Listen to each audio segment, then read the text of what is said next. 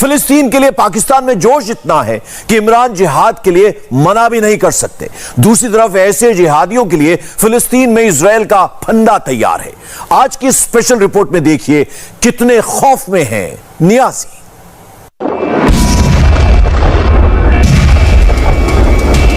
जो इस्राइल ने हमारे बहन भाइयों के साथ वहां पे किया है सर, अब ये बात पे वाज़ेह हो जाना चाहिए कि अब उसके खिलाफ जिहाद के अलावा और कोई काम नहीं हो सकता।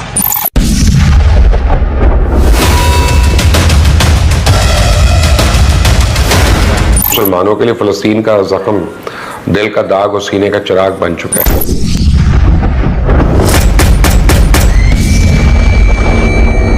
इनको फलस्तीन का दर्द बहुत जोर से उठ रहा है। आजकल कश्मीर भूले हुए, कश्मीर भूल के फलस्तीन फलस्तीन करते रहेंगे। तो जय हिंद जय Bharat, welcome to you Amrit Pass channel. दोस्तों आज हम सुनेंगे इंडिया टीवी से लिया गया एक सॉलिड वीडियो इजराइल फिलिस्तीन की लड़ाई पर, जिससे कभी इजराइल हजारों साल से लगभग सभी धर्मों, जातियों और तमाम लोगों से मार खाता भागता रहा और आज अपनी सूझबूझ और मेहनत से इतना मजबूत हो गया कि कोई दूसरा शख्स या देश उसके तरफ देखने से टकरावे से पहले 100 बार सोचता है। तो फिलिस्तीन को पाकिस्तान समेत तमाम देश धर्म जाति के नाम पर भड़काने में लगे हैं और आज भी ऐसा ही कर रहे हैं। रिजल्ट वही हो रहा है जो होना था। फिलिस्तीन धीरे धीरे एजुकेशनली, इकोनॉमिकली वीक होता गया और दूसरे देशों के लिए एक तमाशा बना हुआ है। दोस्तों हमारे भारत में हमेशा से यही नीति रही है, डरो मत, डराओ मत, छोड़ो मत, कोई छेड़े छोड़ो मत। दोस्तों भारत खुद को बचाते हुए और दुनिया की सभी इंसानियत को बचाने की कोशिश कर रहा है। तो वीडियो अच्छी लगे शेयर सब्सक्राइब जरूर करें, मुझे जरूरत है आपके सपोर्ट की। आइए देखते हैं। गजा पट्टी में इजराइल के हर टारगेट पर ऐसी ही मिसाइलों का धमाका होता है और पूरी बिल्डिंग टुकड़े टुकड़े होकर मिट्टी बन जाती है। बीती रात भी उग्रवादी संगठन हमास ने इजराइल पर कई रॉकेट्स लॉन्च किए। कुछ रॉकेट्स को आयरन डोम ने हवा में ही तबाह कर दिया और पूरी रात इजराइल की फोर्स और हमास के बीच यही खेल चलता रहा। अब तक इजराइल के हमले का अंत दिखाई नहीं दे रहा, लेकिन फिलिस्तीन से दूर पाकिस्तान में हमले का जवाब देने की कस्में खाई गई। इस जंग में नई शुरुआत का ऐलान किया गया। हम ऐलान जिहाद करते हैं और हम फिलिस्तीनियों के खून का बदला लेने तक अपना एक एक बच्चा हाजिर करते हैं। किसी के ख्याल में आगे बढ़ के हम इसको रोकेंगे या टोकेंगे तो फिलिस्तीनियों को याद रखना चाहिए हमारे बस की बात नहीं है। इजराइल के हमले की तस्वीरें देखकर अमेरिका ने प्रेशर बढ़ाया, लेकिन इजराइल पर कोई असर नहीं हुआ। आज इजराइल ने हमास की टेरर टनल का 3 डायमेंशनल वीडियो जारी करके एक और बड़ा दावा किया।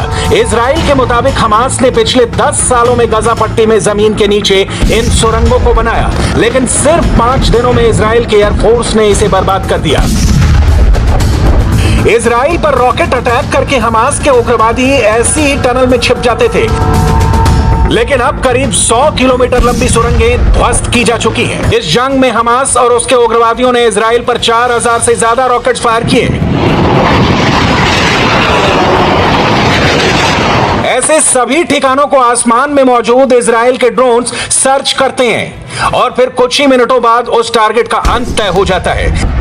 इजराइल ने हमास उग्रवादियों के टेरर की सर्जरी कर दी। ये पाकिस्तान के लिए खतरे का सायरन है। पाकिस्तान दुनिया भर के आतंकवादियों का पसंदीदा देश है। इजराइल जैसा अटैक दुनिया के कई और देश कर सकते हैं। अगर सबने मिलकर आतंक के वायरस को खत्म करने की डिमांड कर दी तो पाकिस्तान के लिए खुद को बचाना मुश्किल हो जाएगा। टाइम कम है, इसलिए पाकिस्तान के नेता नए नए आइडिया लेकर आ रहे हैं। पाकिस्तान की संसद में इजराइल के खिलाफ प्रस्ताव पहले ही पास हो चुका है। अब पाकिस्तान के नेता 2 कदम और आगे बढ़ गए हैं और जिहाद के लिए फिलिस्तीन जाने का ऐलान कर दिया है।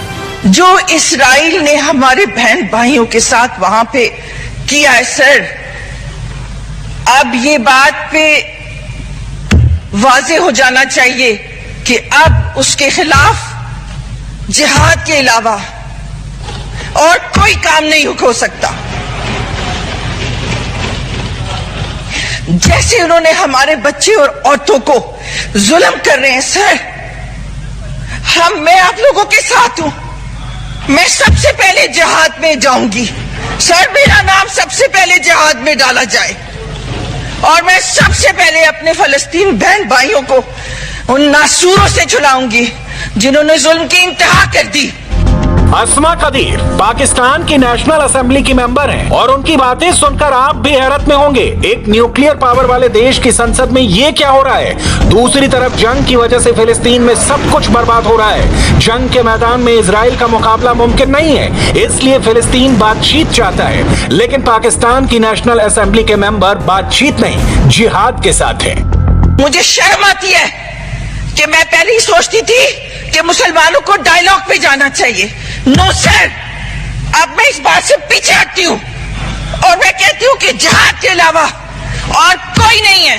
हम ऐलान जिहाद करते हैं और हम फलस्तीनियों के खून का बदला लेने तक अपने आखिरी अपना एक एक बच्चा हाजिर करते हैं। पाकिस्तान सहित दुनिया के दूसरे मुस्लिम देशों ने फिलिस्तीन की मदद नहीं की। इजराइल 24 घंटे हमले कर रहा है, पूरा शहर खंडहर में तब्दील हो चुका है। बचने के लिए फिलिस्तीन के पास कोई उपाय नहीं है, लेकिन फिलिस्तीन से 3000 किलोमीटर दूर बैठकर ये नेता बड़े बड़े दावे कर रहे हैं। इस तरह की फीमेल्स भी हमारे जो है वो नेशनल असेंबली के अंदर मौजूद हैं। और ये जो मैडम थी ना, इनको तो मैं कहती हूँ कि जी मैं सारा खर्चा दूंगी, इनका टिकट कटाएं फलस्तीन का और इनको वीजा लेके दें, इनको खर्चा भी दें वहां का, वो भी मैं देने को तैयार हूँ। इनको तो भेजें जिहाद के ऊपर। पाकिस्तान की सांसद अस्मा कदीर इतने पर ही नहीं रुकी। इजराइल के बाद उन्होंने अमेरिका की खबर ली और उपराष्ट्रपति कमला हैरिस को इजराइल और भारत का पक्ष लेने के लिए बुरा भला कहा। अमेरिका को बता देना चाहते हैं, कामिला हैरिस को मैं बता देना चाहती हूं कि अगर आपकी मदर इंडिया से थी और आपने खड़े होके इसराइल के एक्ट को, इस बेईमाना एक्ट को जायज किया है, आपने दरअसल अमेरिका की बात नहीं की, आपने इंडिया की बात की है। आपने पीछे से इंडिया की जो जोड़ है इसराइल के साथ वो किया है और इसमें पूरे अमेरिका को शर्मिंदा होना चाहिए कि उनकी वाइस प्रेसिडेंट ऐसी है जिसने इंडिया की जुबान खड़े होकर इसराइल के लिए बोली। पाकिस्तान के नेता जरूरत के मुताबिक इजराइल या फलस्तीन का पक्ष लेते हैं। आज से 3 साल पहले पाकिस्तान की संसद में अस्मा कदीर ने यहूदियों के साथ अमन की शुरुआत करने और इजराइल के साथ डिप्लोमेटिक रिलेशन बनाने की सलाह दी थी। लेकिन आजकल फिलिस्तीन हमला ट्रेंड कर रहा है तो उन्होंने भी यू टर्न ले लिया।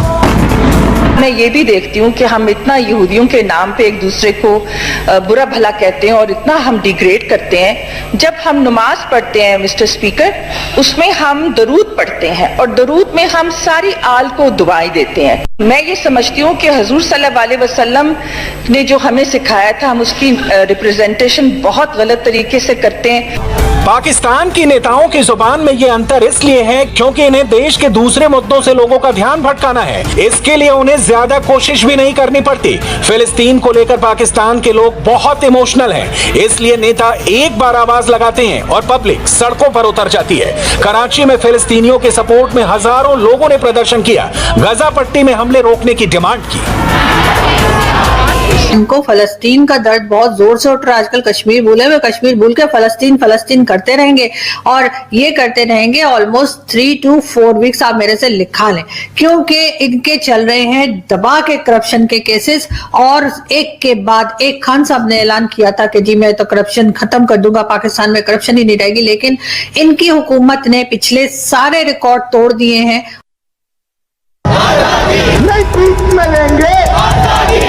पूरा पाकिस्तान कश्मीर को भुलाकर सिर्फ फिलिस्तीन की बात कर रहा है। उनका गम देखकर दुखी है, इसलिए इजराइल का विरोध कर रहा है। फिलिस्तीन और कश्मीर, इन दोनों समस्याओं की शुरुआत अंग्रेजों ने की थी। अंग्रेजों ने जानबूझकर ऐसा बंटवारा किया कि लोग अब भी आपस में लड़ रहे हैं। साल 1948 में फिलिस्तीन को 2 हिस्सों में बांटा गया। कुल जमीन का 44% हिस्सा इजराइल और 48% हिस्सा फिलिस्तीन को दिया गया। यरूशलेम को यूएनओ का हिस्सा बनाया गया। इस पर ना तो फिलिस्तीन का हक था और ना ही इजराइल का। इससे अरब देश नाराज हो गए और इजराइल से भिड़ गए। अब 73 साल बाद भी ये मामला अनसुलझा है। जंग हो रही है, इसमें फिलिस्तीन का साथ कई देश दे रहे हैं, लेकिन उसके हक की बात कोई नहीं कर रहा। हम बहादुर तो बहुत है, लेकिन सच्ची बात है हमें डर भी लगता है। इसलिए हम सिर्फ फलस्तीनियों के लिए नगमे बना सकते हैं, शेयर कह सकते हैं, ट्वीट्स कर सकते हैं, फेसबुक पे स्टेटस लगा सकते हैं, इजराइल को सिर्फ बद्दुआएं दे सकते हैं। किसी के ख्याल में आगे बढ़ के हम इसको रोकेंगे या टोकेंगे तो फलस्तीनियों को याद रखना चाहिए हमारे बस की बात नहीं है। इजराइल भी सुन ले, हम क्या चाहते हैं। पाकिस्तान में फिलिस्तीन के नाम पर बड़े बड़े प्रदर्शन हो रहे हैं। हर एक पार्टी अपनी पॉलिटिकल पावर दिखा रही है। शुक्रवार का दिन ऐसे विरोध प्रदर्शनों के लिए तय होता है। लोग मस्जिदों में नमाज के लिए इकट्ठा होते हैं, वहीं से प्रदर्शनों के लिए भारी भीड़ मिल जाती है और नेता इसका फायदा उठाते हैं। एक फार्मूला बन गया है कि जुमे वाला दिन एहतजाज करना है। भाई जुमे वाला दिन एहतजाज करना है तो क्या जुमेरात वाले दिन उनके ऊपर ब्रूटैलिटीज कम हुई है? बुध वाले दिन उन पर ब्रूटैलिटीज कम हुई है? इतवार वाले दिन क्या इसराइली फोर्सेस जो है वो छुट्टी पे चली जाएंगी? हफ्ते वाले दिन जो है क्या फ़लस्तीनी बच्चे जो है वो वहाँ पर नहीं मारे जाएंगे? तो एक तो ये जो जुमे वाले दिन का इंतखाब है, इसके पीछे सरकार की अपनी कमज़ोर दिली और बदनीति भी शामिल होती है, क्योंकि उनको पता है कि हमने धेले का काम नहीं करना और तमाम का तमाम मामला जो है मसाजिद की तरफ छोड़ देना। हैरत की बात यह है कि ये लोग ये जो जिहाद जिहाद जिहाद कर रहे होते हैं बहुत चौड़े हो के असेंबलीज के अंदर भी, और उसके बाद रोड पे भी निकल आते हैं प्रोटेस्ट के लिए। इन लोगों को बलूचिस्तान नजर नहीं आता, इन लोगों को सिंध नजर नहीं आता, इन लोगों को KPK नजर नहीं आता, और इन लोगों को मिसिंग पर्संस का इशू भी नजर नहीं आता है। पाकिस्तान चाहे कितना भी शोर मचा ले, तुर्की चाहे जितनी बात करे, उन्हें पता है कि इजराइल पर अमेरिका उन्हें कोई डिस्काउंट नहीं देगा। इजराइल को बचाने के लिए तो अमेरिका ने फ्रांस की भी नहीं सुनी। फ्रांस ने सीज फायर का प्रस्ताव तैयार किया है। इससे पहले अमेरिका 4 बार UN सिक्योरिटी काउंसिल में ऐसे प्रस्ताव पर वीटो लगा चुका है। प्रेस में बयान जारी करने के लिए UN सिक्योरिटी काउंसिल के सभी 15 सदस्य देश की सहमति जरूरी है, लेकिन किसी प्रस्ताव के लिए कम से कम 9 सदस्यों का समर्थन चाहिए। UN में सीज फायर के प्रस्ताव का विरोध किया और ये सब देखकर इजराइल की ताकत और बढ़ गई। अब वो पूरी ताकत से अटैक कर रहा है। सुपर पावर के सामने मुस्लिम देशों की आवाज तक नहीं निकल रही। पाकिस्तान को भी पता है कि इंटरनेशनल मंच पर उसे कोई भाव नहीं मिलेगा। ऐसे मुद्दों पर पाकिस्तान को पक्ष बनाना तो बहुत दूर की बात है। किसी ताकतवर देश ने उसकी राय जानने का वक्त भी नहीं निकाला।